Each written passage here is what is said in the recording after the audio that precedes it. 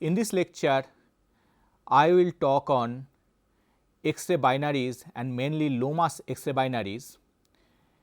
In this first part of this lecture, I will give a brief overview of neutron star X-ray binaries. Here is an artist's impression of an X-ray binary.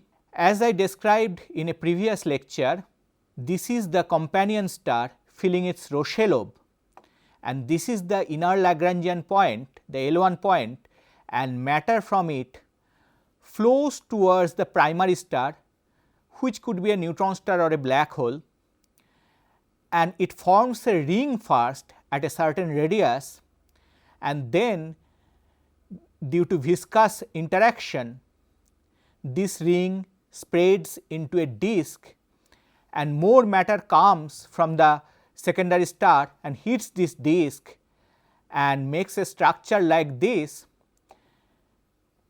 When the matter goes very close to the primary star, that is in the inner part of the disk, it is very hot, of the order of a million degree Kelvin temperature, and it emits X-rays, and a portion of matter also comes out in the form of jet as shown here. Now, I have said the name of such a source is called X-ray binary because such sources primarily emit in X-rays, but also emit in other wavelengths. It is somehow strange to observe a cosmic source in X-rays because we are used to observe them in visible light, because we can detect visible light with naked eye, and that is what we used to do till a few decades ago. But now we observe cosmic sources in essentially the entire electromagnetic spectrum, starting from radio, for which the wavelength can be of the size of a building, up to gamma ray, for which the wavelength can be of the size of an atomic nucleus. We observe these sources in this entire electromagnetic spectrum because some of them emit in multiple bands, and observation in different bands can give different physics. For example, all these photos are of sun, but in different wavelengths.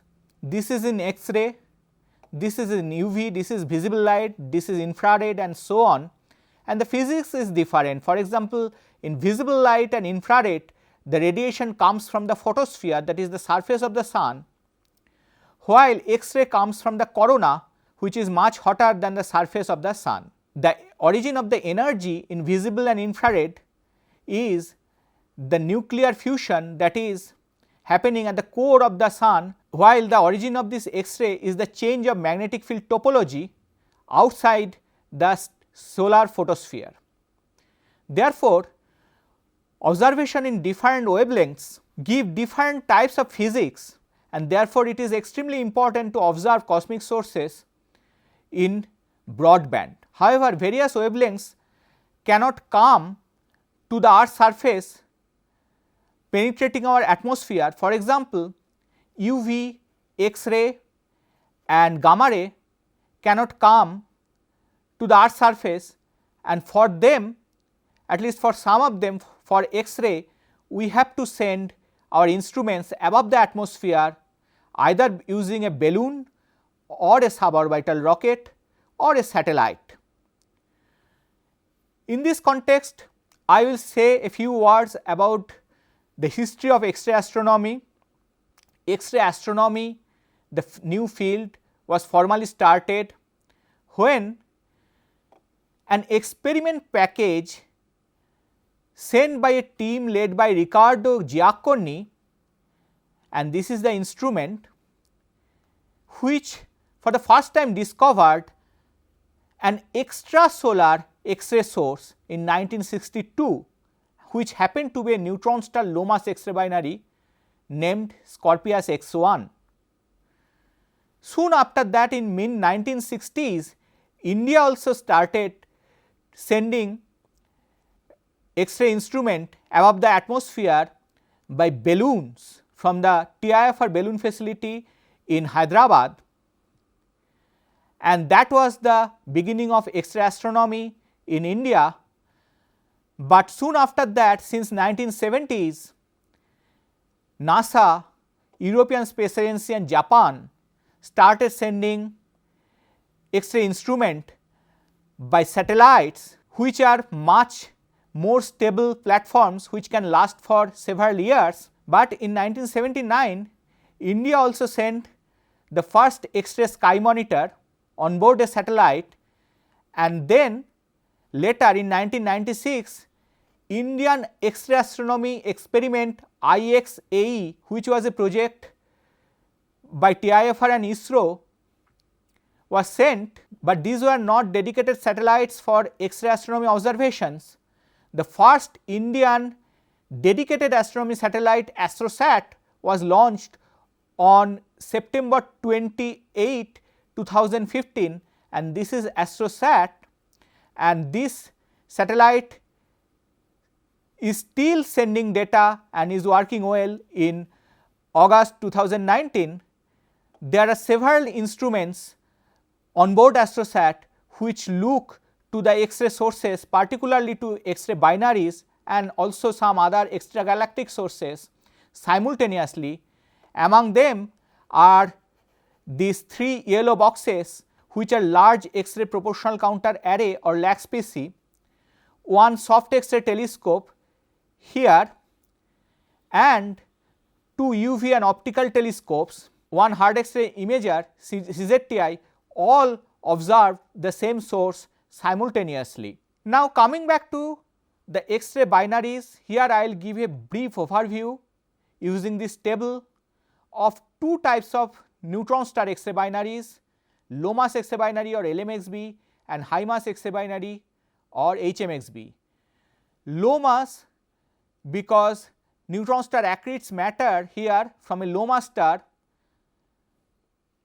which is a star later than A type. A is the spectral type and it is later than A type, meaning it is less massive than an A type star.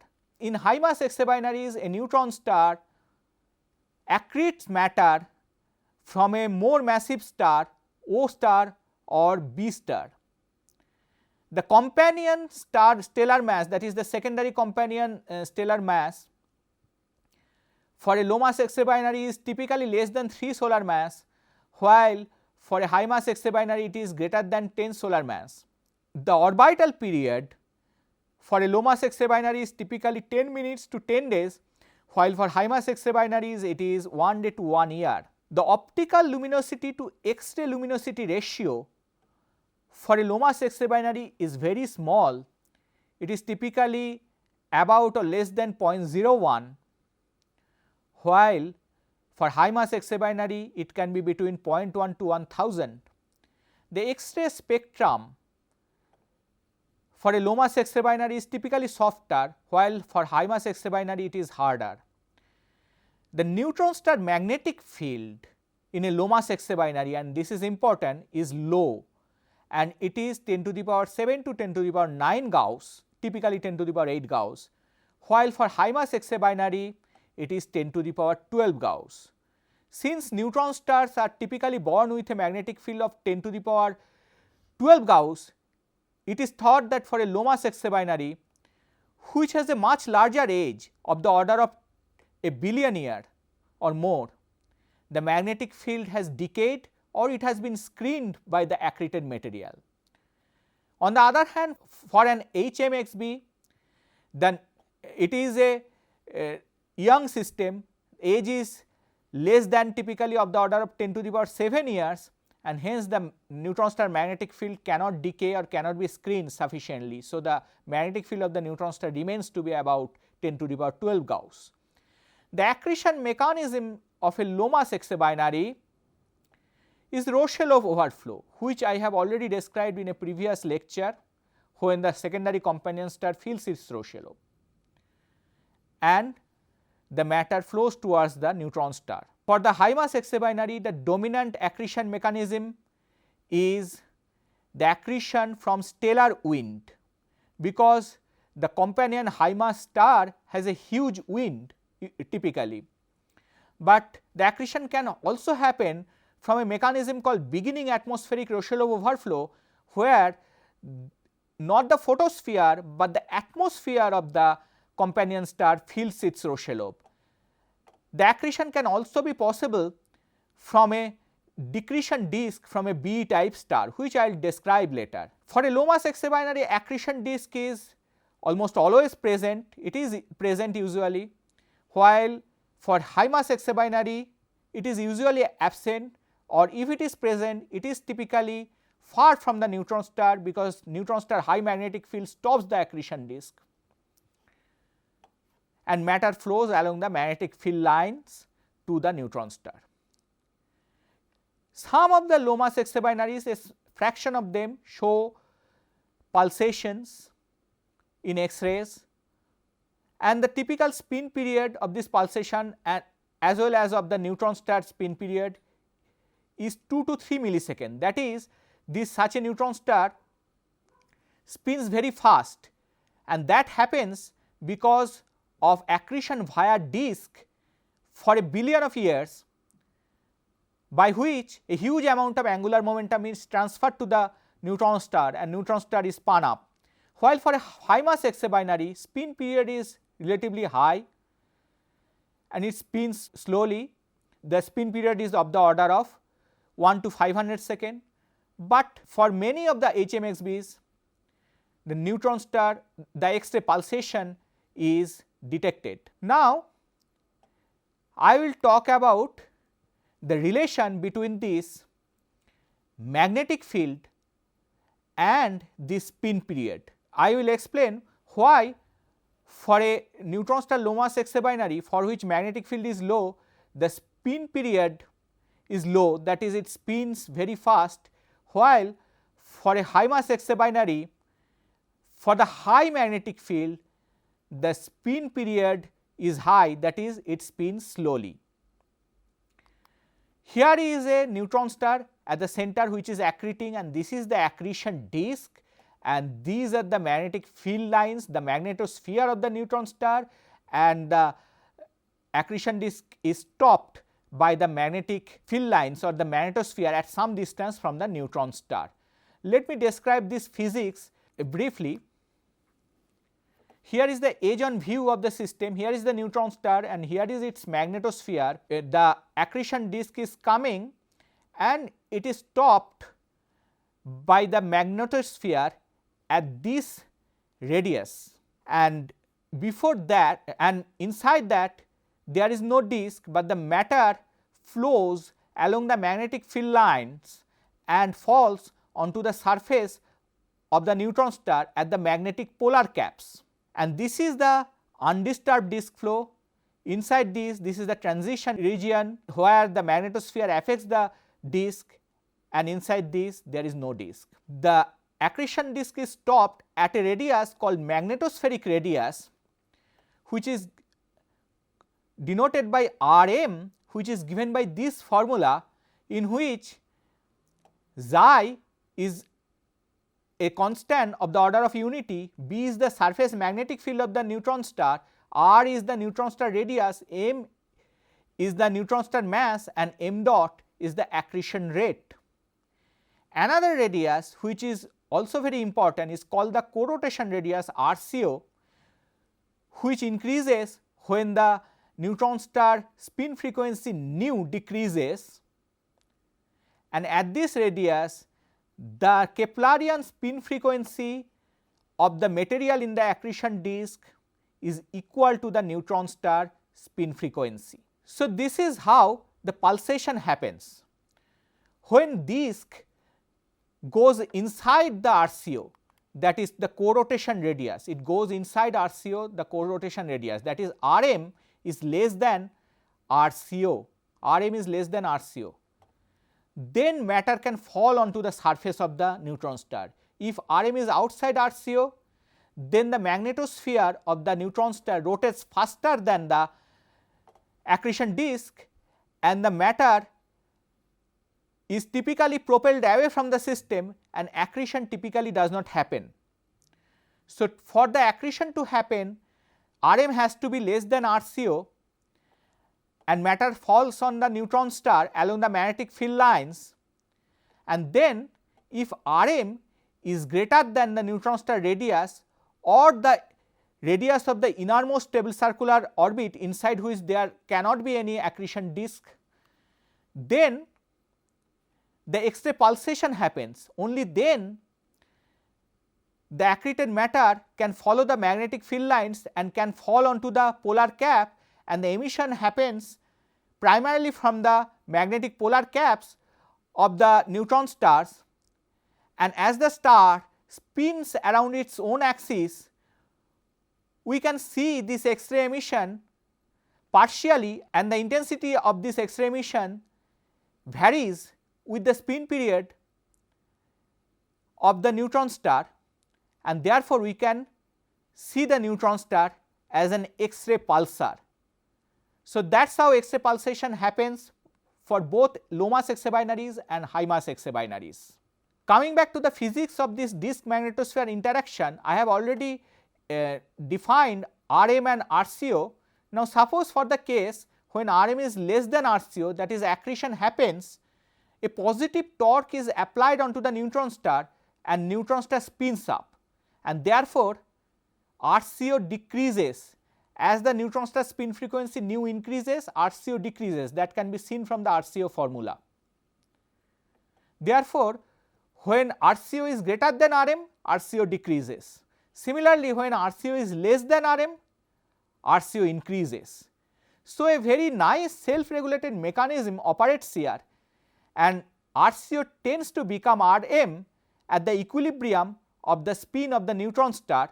At Rm equal to Rco, no torque is applied onto the neutron star and a spin equilibrium of the star is attained, and the corresponding spin equilibrium frequency can be calculated by from this condition Rm equal to Rco, and putting these formulae of Rm and Rco, and we get the spin equilibrium frequency formula for a neutron star, and neutron star cannot spin up further. Neutron star spin frequency cannot be higher than the spin equilibrium frequency. Here in this formula, B8 is the magnetic field in the unit of 10 to the power 8 Gauss, and R6 is the neutron star radius in the unit of 10 to the power 6 centimeter. M dot Eddington is the Eddington accretion rate, and M sun, this is M sun, so mass is in the unit of M sun. Now, from this formula we can find that for low mass X-ray binary, when typically neutron star magnetic field is 10 to the power 8 Gauss, and considering other typical parameters of the neutron star and the system, we find that the spin equilibrium frequency is of the order of a millisecond, and for these typical values it would be 1.9 millisecond or 530 hertz. While for high mass X-ray binary, the typical magnetic field is 10 to the power 12 Gauss. If we put this value and the same other parameters in this formula of spin equilibrium frequency, we get the spin equilibrium frequency of 0.2 hertz or spin period of 5 seconds.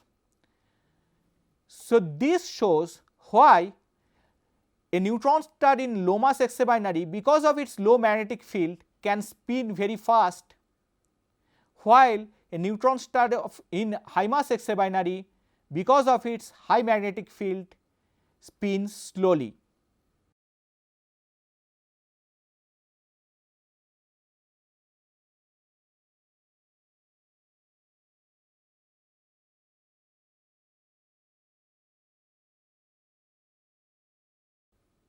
In this second part of the lecture, I will say few words on some aspects of neutron star low mass X-ray binaries. In a neutron star low mass X-ray binary system, a neutron star here accretes from a low mass star which has a mass of the order of 1 solar mass or less, and an accretion disk is formed. The accretion happens via Roshelov overflow, and since the neutron star does not have a strong magnetic field for a low mass exobinary, the disk can extend up to the neutron star or at least up to very close to it, and therefore, such a reasonably clean accretion process with disk which extends close to the compact objects is ideal to probe strong gravity and compact object, that is neutron star properties. Such a source primarily emits X-rays, but also in other wavelengths. Their angular size is so small that an LMXB, or as a matter of fact any exobinary LMXB or HMXB, cannot be spatially resolved. They appear like a point source as shown here.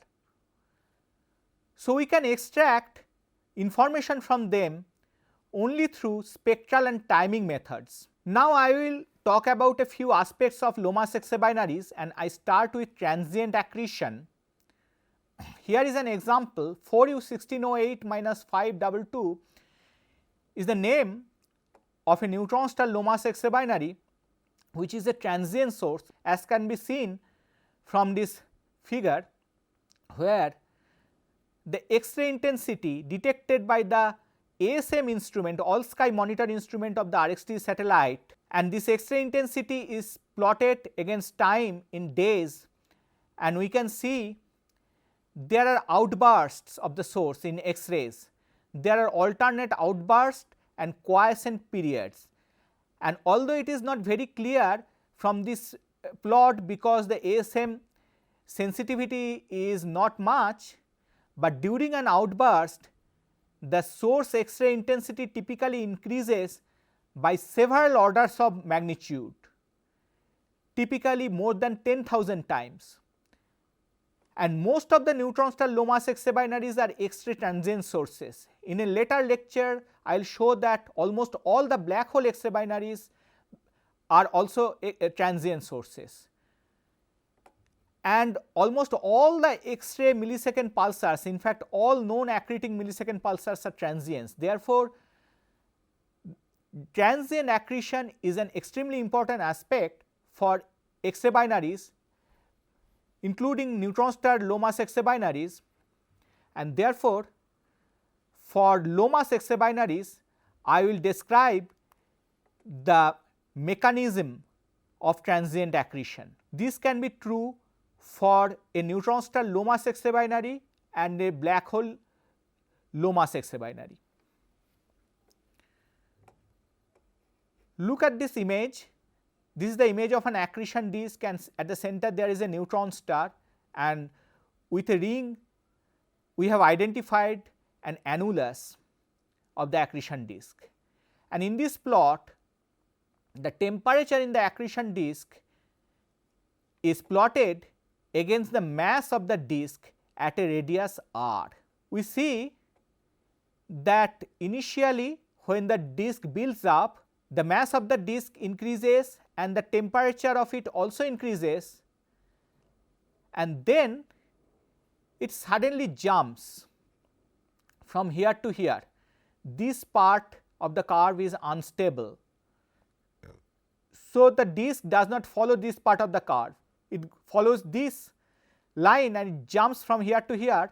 This is the instability, and it then moves this way or that way and finally comes back here with another jump.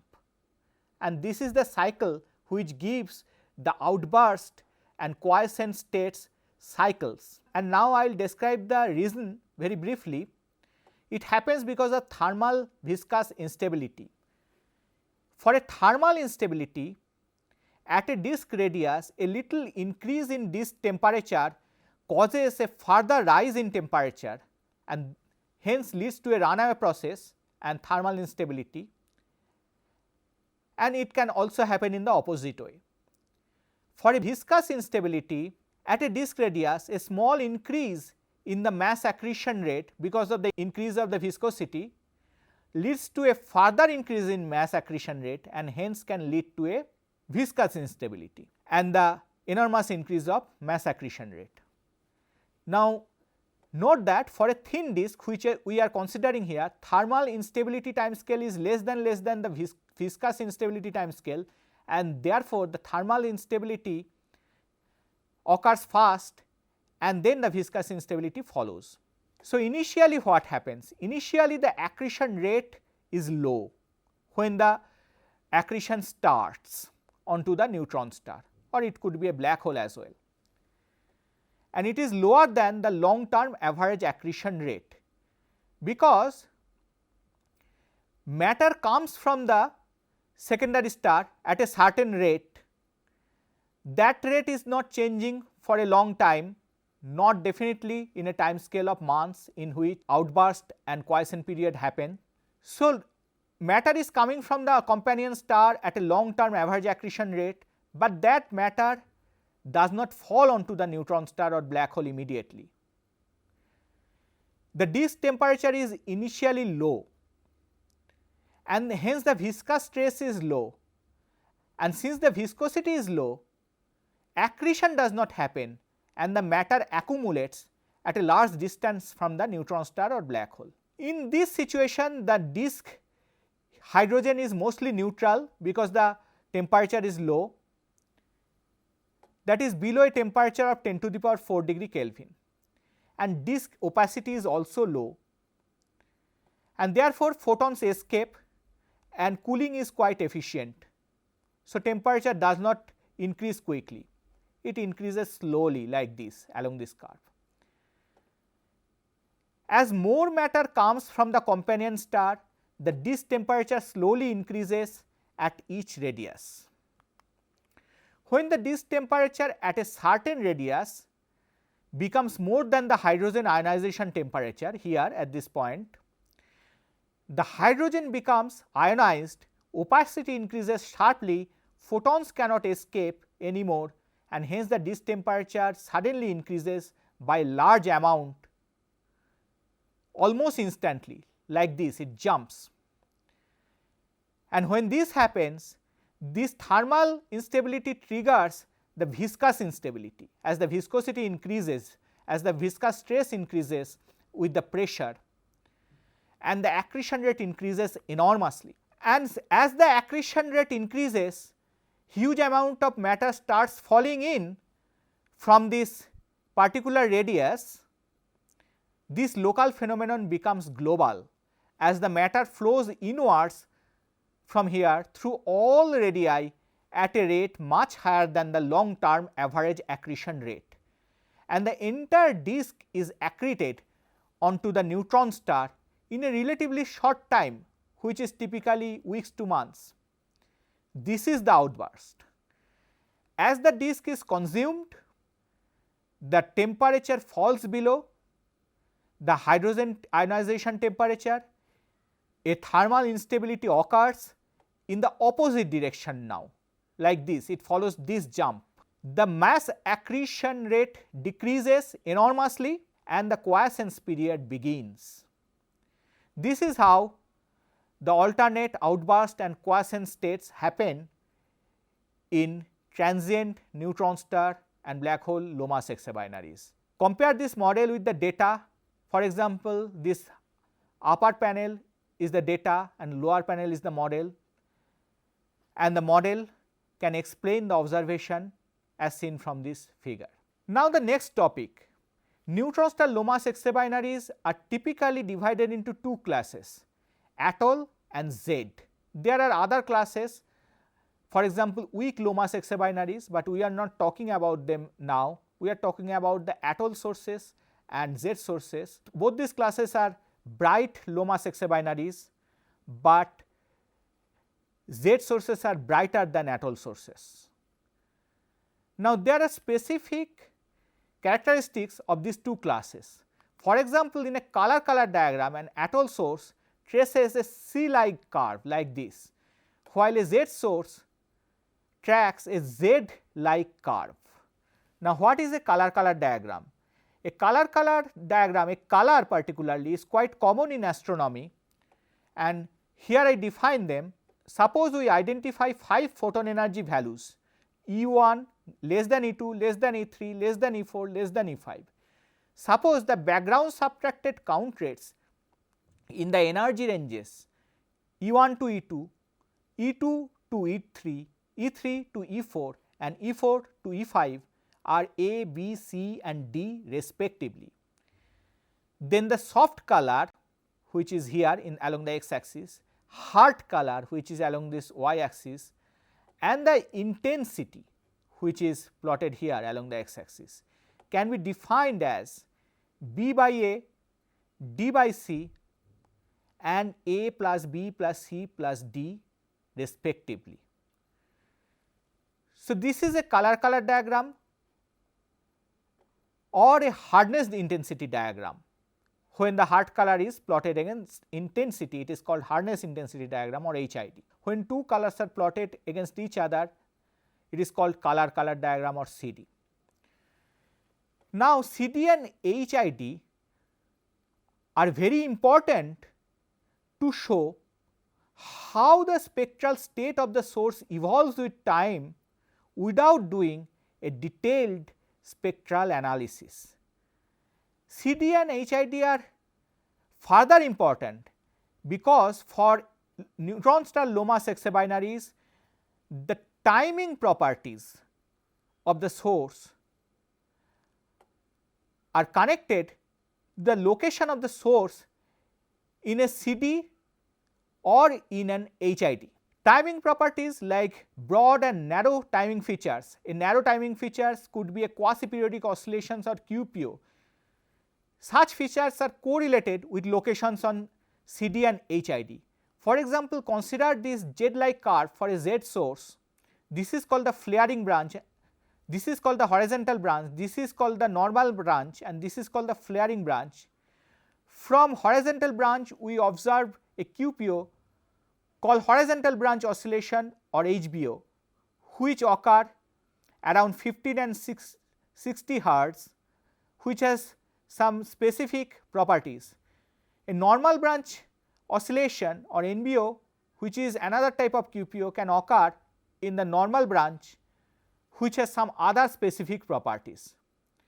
And we can study these QPOs and other timing features by doing Fourier transform of the light curve or intensity versus time curve and to make a power spectrum in which we plot a power density versus a frequency, and in such a power spectrum QPOs can appear like a peak which is neither very narrow nor very broad.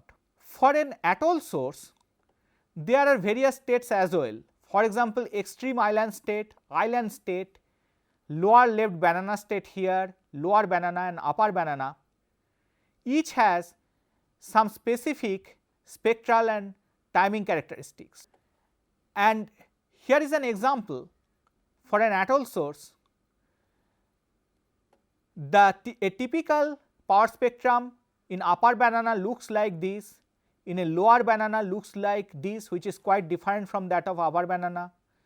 In a left lower banana it looks like this, which is again quite different from the other two, and here we can see a few QPOs. In island state it is again different, and in extreme island state it is again different. This shows that how the timing features of the exabinaries, for example a neutron star low mass exabinary, are connected with the location of the source in the color diagram. However, the atoll sources and Z sources are not fundamentally different. For example, consider this particular source IGR J17480 minus 2446. This source first showed the atoll nature like this in the hardness intensity diagram, and then when it became very bright it showed the Z nature, and it showed an hysteresis, that is it followed different paths when it became brighter and when it later it became fainter. This source showed a hysteresis, that is the source followed one track when it became brighter and another track when it became fainter. And as I said, when the source became very bright, it showed the Z nature like this. So, atoll and Z natures of the source are not fundamentally different, but depends on the state of the source, which depends on some parameters of the source which have not been so far fully identified. Another very important feature of neutron star low mass exabinaries is high frequency quasi periodic oscillations in the range 400 to 1200 Hz, which often appear in a pair. Their high frequency strongly suggests that they originate within a few gravitational radii of the neutron star and are possibly related to the following accretion disk frequencies. For example, the Keplerian frequency nu phi and some other radial and theta frequencies. So, kilohertz QPOs will be an important tool to probe the strong gravity and dense matter if their actual origin is known, and spectrotiming studies can be particularly useful to find their origin. As I mentioned earlier, some of the neutron star low mass exabinaries manifest themselves as millisecond X-ray pulsars, which we can find if we convert their light curve, that is intensity versus time curve, into a power spectrum by Fourier transform. And here is a typical power spectrum in which there is a very sharp peak at a certain frequency, which is the pulsar frequency and which is the spin frequency of the neutron star.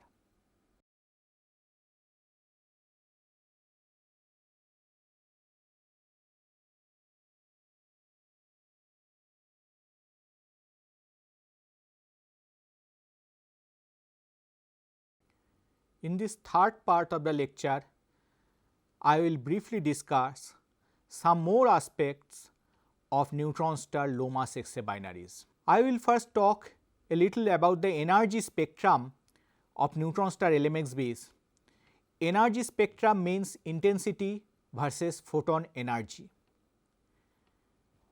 There are typically two emission components of a neutron star low mass exabinary, its accretion disk and the neutron star surface.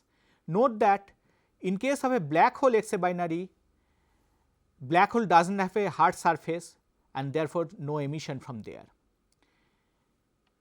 Now, here each of them can emit black body. Neutron star surface can emit more or less a single temperature black body, while the accretion disk, as I explained earlier, could emit a multicolored black body or disk black body. And each of these black bodies can be partially or fully covered with a comptonizing corona or a hot cloud of electrons. For example, here we have one thermal component which is black body and another comptonized component from the corona, and that gives the net spectrum of the source. This is a typical spectrum of a neutron star low mass exabinary. And from such a spectrum, it is usually quite challenging to identify which spectral component is coming from where, and for that a spectral timing study would be required. For example, here from pure spectral analysis for a particular neutron star LMXB XB 1254-690, this paper tried 19 models as given here, 6 of which gave quite good fits, and then this paper had to use other physical arguments to narrow down the best spectral model. Apart from these direct emissions from the neutron star surface and accretion disk and corona, there can be another spectral component seen from the neutron star low mass exabinaries, and that is the reflection component. And here is some background. So, one of the main aspects of this reflection component is a broad relativistic spectral iron emission line, which is originated from the inner accretion disk. Such a line was usually seen from supermassive black holes, accreting supermassive black holes or AGN, and accreting stellar mass black holes or black hole low mass X-ray binaries. As I said, they are believed to originate from the inner part of the accretion disk. Suppose there is an intrinsically narrow line originated from the inner part of the accretion disk, and it is narrow in the emitter's frame. Now, as the disk material rotates around the central object, this portion of the disk comes towards the observer, and therefore, its emission is blue shifted like this, and this portion is going away from the observer and its emission is red shifted, and therefore, due to Doppler shift, the narrow line is broadened as seen by the observer, and it becomes double horn because of the particular viewing geometry, and then due to special relativistic beaming, the blue horn is enhanced and the red horn is diminished, and the line becomes asymmetric, and then due to gravitational redshift the entire line shifts towards the lower energies, and finally if we add the contribution of all the annuli like this, we finally expect to get a broad asymmetric a red shifted spectral line like this, and we did observe such a spectral line from an accreting supermassive black hole in 1995.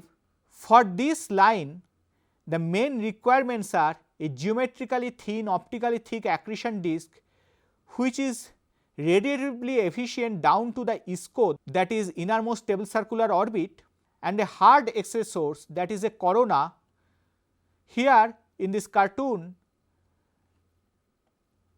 the accretion disk is shown in brown and the corona and its different geometries are shown in yellow.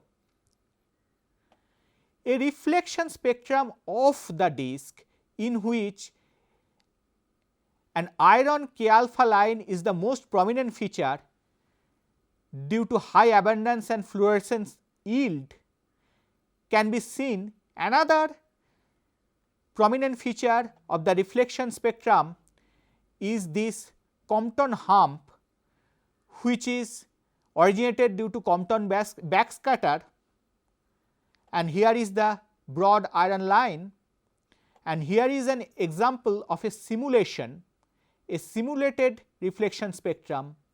Here a power law X-ray continuum shown by this dashed line with photon index 2 is reflected from a cold semi-infinite slab of gas with cosmic abundances and gives rise to this reflection spectrum with a number of lines in which the broad relativistic iron line and the Compton hump are the most prominent features.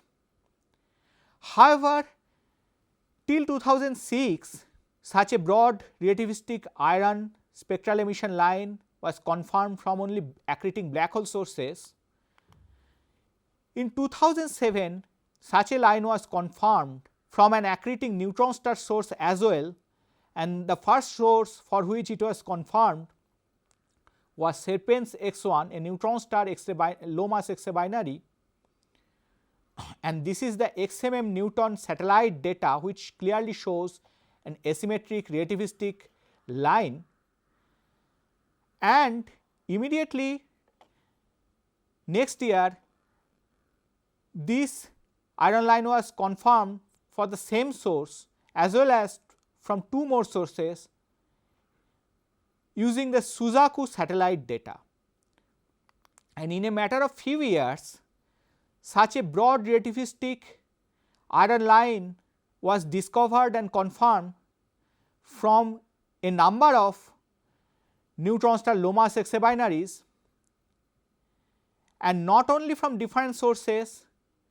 For the same source Serpens X1, this broad relativistic iron line,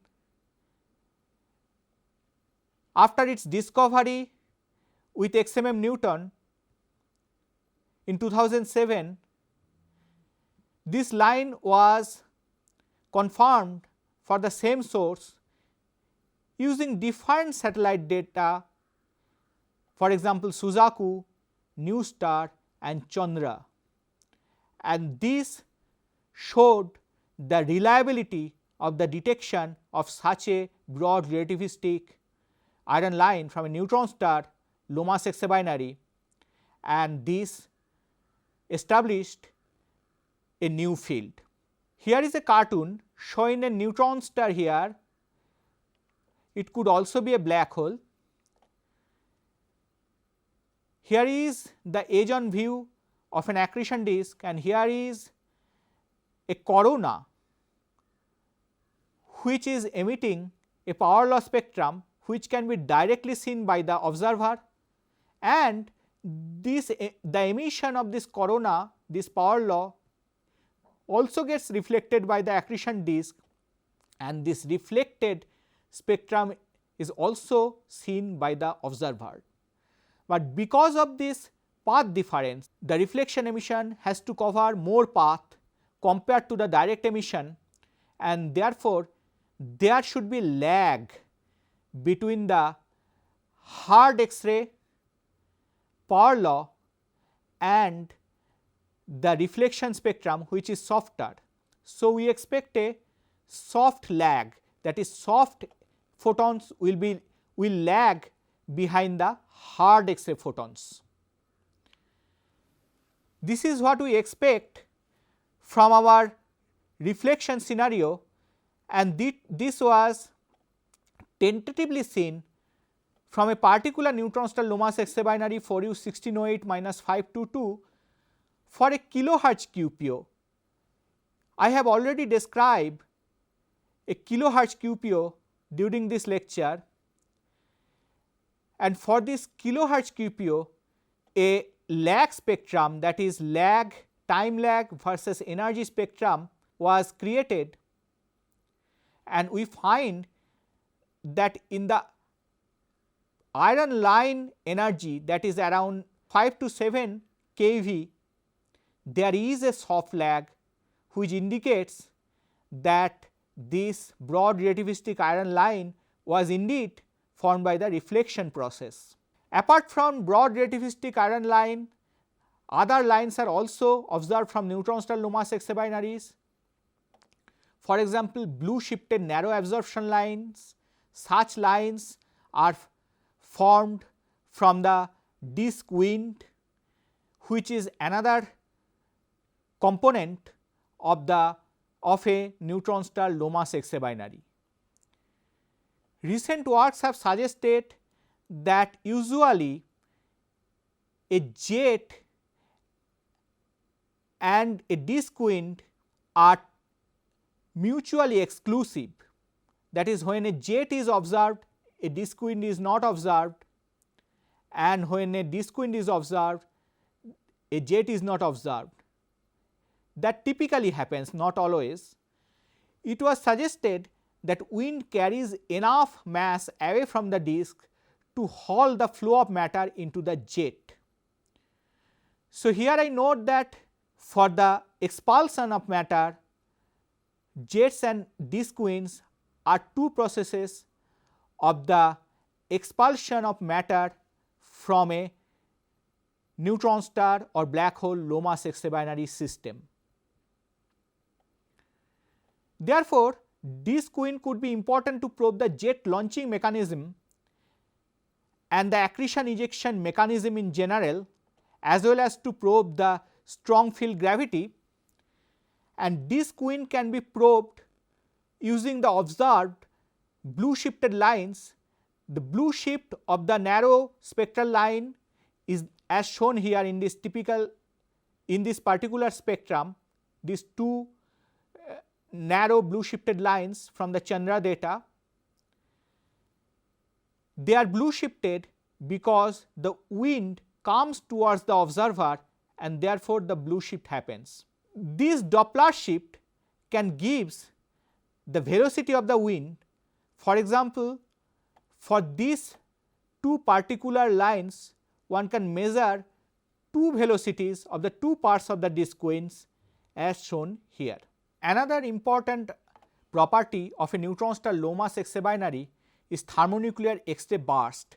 The accreted matter accumulates on the neutron star surface and intermittently it burns in a thermonuclear runaway process, and thus such a burst is generated. Since black hole does not have a hard surface, such a burst does not happen for a black hole. Here in this figure we can see the X-ray intensity versus time in seconds. Initially before the burst the X-ray intensity is low. This is the X-ray intensity level due to steady accretion, and then the burst happens due to thermonuclear runaway process, and the rise time of such a burst is about a second. The decay time is about 10 to a few tens of seconds. The recurrence time of such a burst is hours to day, and the energy release in about 10 seconds during such a burst is 10 to the power 39 arcs, and this is a very high luminosity. To compare it and put it to perspective, I would say that sun takes more than a week to release this energy, which is released only in 10 seconds during such a burst. So, such a burst is, so this burst is a very energetic event. And why do we need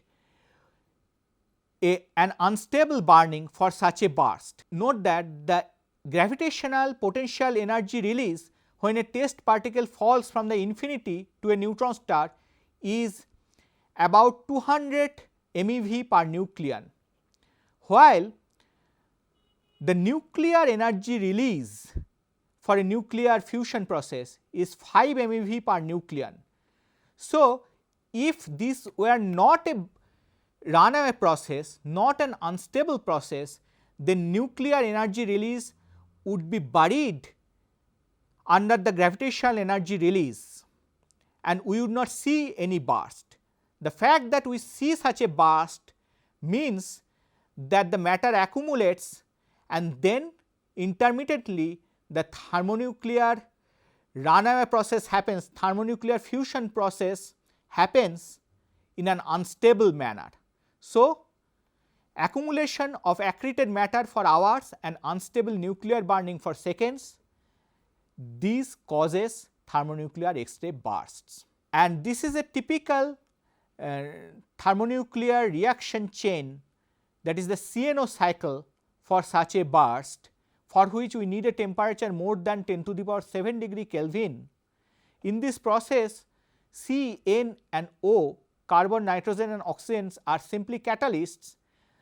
They are used, but they are returned to the systems, and 4 protons, 1, 2, 3 and 4 protons are combined to get one alpha particle, that is the nucleus of a helium atom.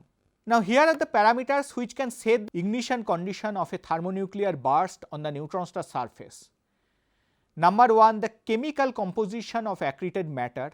Number 2, the temperature, which should be of the order of 10 to the power 8 degree Kelvin. The column depth of the accreted matter should be of the order of 10 to the power 8 gram per centimeter square, and the initial condition is also set by the previous burst, because they determine the chemical composition on the surface as well as the temperature on the surface. Now, there are various theoretical regimes of burning. When the accretion rate is relatively low and temperature is just above the 10 to the power 7 degree Kelvin, mixed hydrogen and helium burning is triggered by thermally unstable hydrogen ignition, and hydrogen burns via the CNO cycle, which I showed a little while ago. When the accretion rate increases, temperature increases to more than 8 into 10 to the power 7 degree Kelvin, and then hydrogen burns in a stable manner via a slightly different cycle which is called hot CNO cycle, in which these beta plus release here and here are slow, and by the time they are released the system slightly cools down and therefore unstable burning cannot happen. The matter burns, the accreted matter burns in a stable manner. So, there is no burst in this regime. Then if accretion rate increases even more, then the helium ignition condition is met, and if in such a situation hydrogen is entirely depleted, that is the entire hydrogen has become helium before the helium ignition condition is met, then pure helium bursts occur by helium ignition, and such bursts can be identified by high intensity and short duration and long recurrence time. Here 3 alpha particles are combined to become one carbon nucleus, and when accretion rate is even more, then at the time of helium ignition some hydrogen will also be present, and the mixed hydrogen and helium burning will happen after helium ignition. In such a case, high temperature of the helium flash causes breakout reactions from hot CNO cycle, and these are the 2 breakout reactions. So, the reaction breaks out from the hot CNO cycle and the rapid proton capture process starts, the RP process, and hydrogen burns via the RP process. A series of successive proton captures and beta decays happen, and the heavier and heavier elements are created along this staircase. Here a picture of RP process is shown, and the dominant path of the nuclei as they move up the proton rich side of the valley of stability is shown, and at a even higher accretion rate the helium burning temperature sensitivity becomes weaker than cooling rate sensitivity. So, the stable burning sets in, and at this very high accretion rate no thermonuclear burst happens. Now, a burst continuum spectrum is typically like a black body, from which using this formula we could try to measure the radius of the neutron star, in which d is the distance of the source, f of is the observed flux, sigma is the Stefan Boltzmann constant, and T of is the observed temperature. But there are some systematic uncertainties. This is one of the known ways to measure neutron star radius, which is extremely important, as I said, to understand the nature of core matter of a neutron star, which is a fundamental aspect of physics, but there are systematic uncertainties. For example, the burst spectra is not exactly like a black body spectrum, and it is also shifted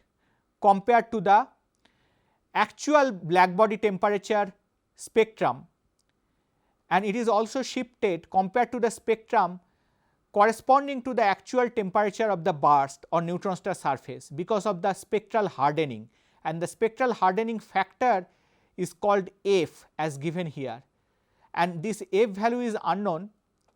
And then there will be the effect of unknown gravitational redshift because of the deep potential well of the neutron star, as the photons are coming out from the surface of the neutron star and they are redshifted, and then the distance may not be exactly known, which is there in the formula, this d, and finally this method assumes the entire neutron star surface emits, but if a part of the surface emits, then there will be a systematic uncertainty.